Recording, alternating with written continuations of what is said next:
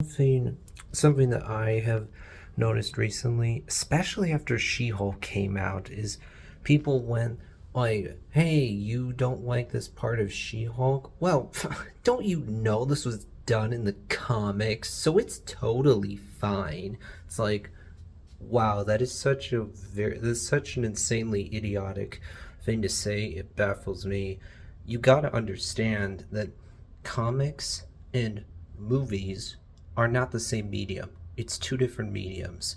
Therefore, what works in a comic doesn't necessarily work in live action. Similar to how video games and movies or TV shows, they're not the same medium. So what works in a video game isn't always what works in a movie or a TV show. It's another example. A musical, play, theater production, whatever you want to call it, is not the same medium as a movie or TV show.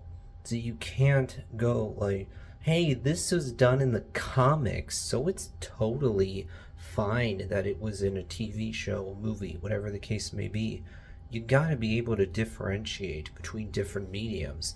There's a lot of things in Marvel Comics that no one would want to see done in a movie because what works in a drawing isn't necessarily the same as what works in live action.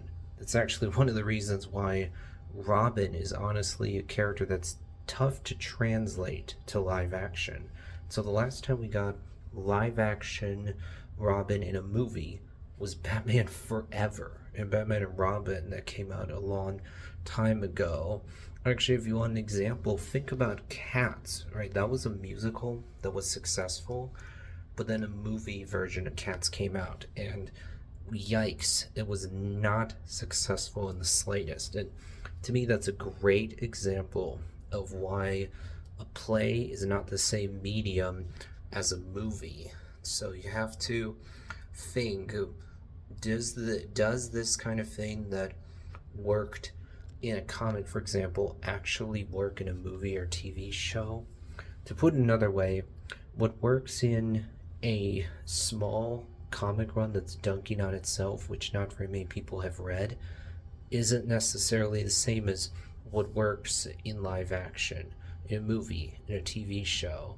That's something that I found very interesting. Is there's some people out there that just have this mindset that, well, because this kind of thing was done in the comics, it's totally fine that it was done in a new Marvel movie or TV show. And She-Hulk was the biggest example, but there are definitely other examples of this as well.